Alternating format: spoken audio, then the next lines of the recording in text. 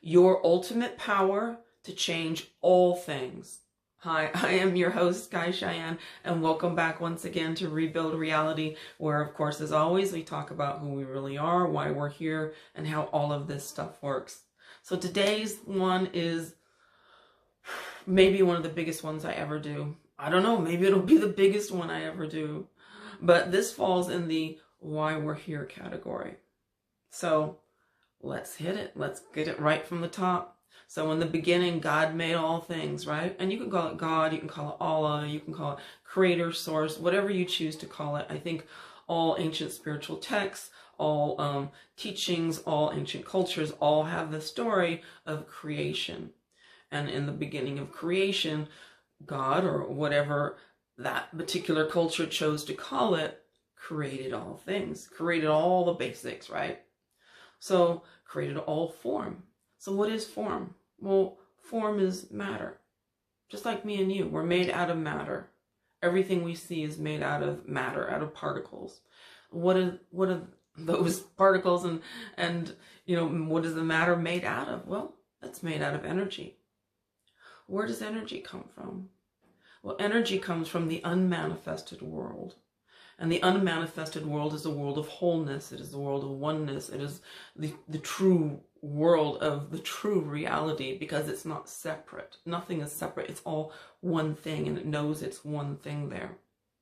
But when God wants to have the experience of being able to actually experience itself, there is the creation, the blowing out of energy that forms into matter that begets creation. But it's all the same thing. It's all made out of exactly the same thing. So everything we see is made out of exactly the same energy, one thing. And all of these things, all the forms that it creates, all have free will.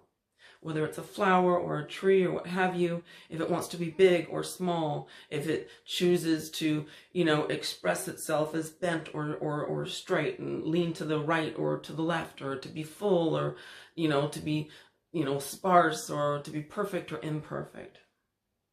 But God sees all things as perfect. It's only man who sees things as imperfect. And why is that? Well, I think since mankind began, there's been that nagging feeling, something is missing. What is that? What is this thing that's really like, it's on the edge of my tongue, it's on the edge of my consciousness. What is this thing that feels like it's so innately important to me, like that it is essential, but it's missing? What is it? And so throughout time, mankind has made up this incredible, ever-changing, diverse list of beliefs about what this missing important thing must be. Maybe it's because I don't have enough money. Maybe it's because I'm not tall enough. Maybe it's because I'm too short. Maybe it's because I'm big, I'm not small, or I'm small, I'm not big, or because I'm not beautiful or rich and I'm not young, or it just goes on and on and on and on and on. And throughout time, it's changed countless times. So, but what that missing feeling is it's just a side effect of having the experience of God, having the experience of separation, so God can experience, period. It's just a result, a natural result of God pretending not to be God. Like I said, it's just a side effect.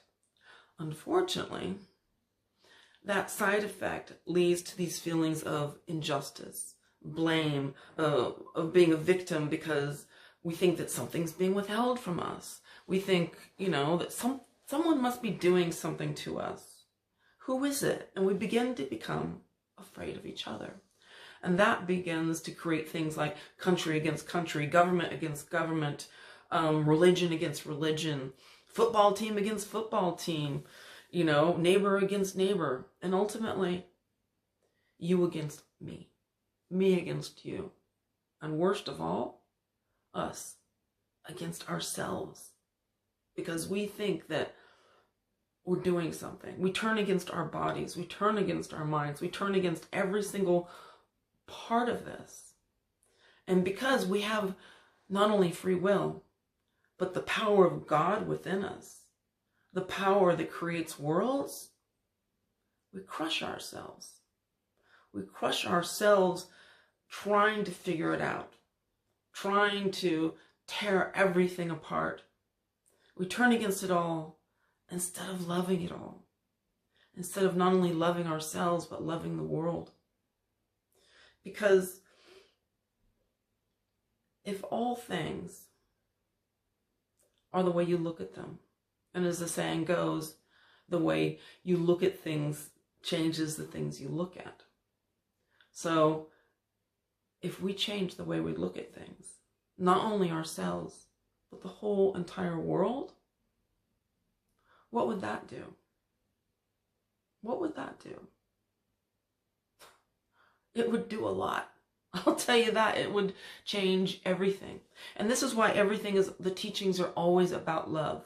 It's always about the importance of love. Because when you see things as love, then those things will begin to change. Because what we're doing is they're in a distorted form. So originally, when energy comes through and then begins to create matter, it's in perfect form. It's in perfect vibrational love. Then we distort it. Then we change it because we judge it, and then it becomes different. But if we view all things with love, we recalibrate them. We change them back to what they originally were. And to me, this is a lot about, it's all about the power that's within us. It's all about why we're here. Because, and this is why we have, we're all into like manifesting, right? Law of attraction, law of assumption, all of these things, the spiritual path. Why this has come up now is because we're all looking. We all want to change, our lives. We want to change ourselves. And that's what we're doing. We're reimagining ourselves. Okay, I'm going to go into my imagination and I'm going to reimagine myself. That's what reality creation is all about what everybody does. But it's not just reimagining ourselves that we're here to do. We're here to also reimagine the entire world. You see, the world doesn't change by, going from the outside in. The world changes from the inside out. And that's our true power. And this is why we're here. We, you and I, it is we who are the saviors of the world. We are the second coming. The first was the message. The second is the awakening.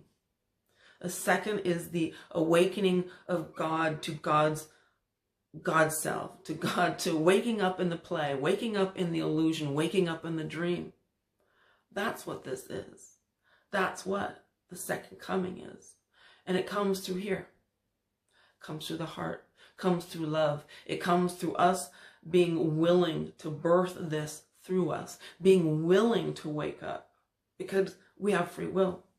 We can wake up 1 billion years from now, or we can wake up right now. And I think that a lot of people are choosing that, to wake up right now, to wake up to our God selves, to who we really are. And that takes love. That takes love of it all. You love it all into being. And that changes it. We are the second coming. The second coming of God into the world, knowing itself. Because it already is all God. That's what everything is made out of already. We're just waking up to that. And I hope you, my friend, are waking up to that too now. So I am your host, Guy Cheyenne, and thank you for being here with me once again on the Rebuild Reality. Thank you, as always, for all your wonderful, beautiful, amazing comments. I so appreciate them. Thank you for liking and subscribing. I'm going to see you next time here on Rebuild Reality.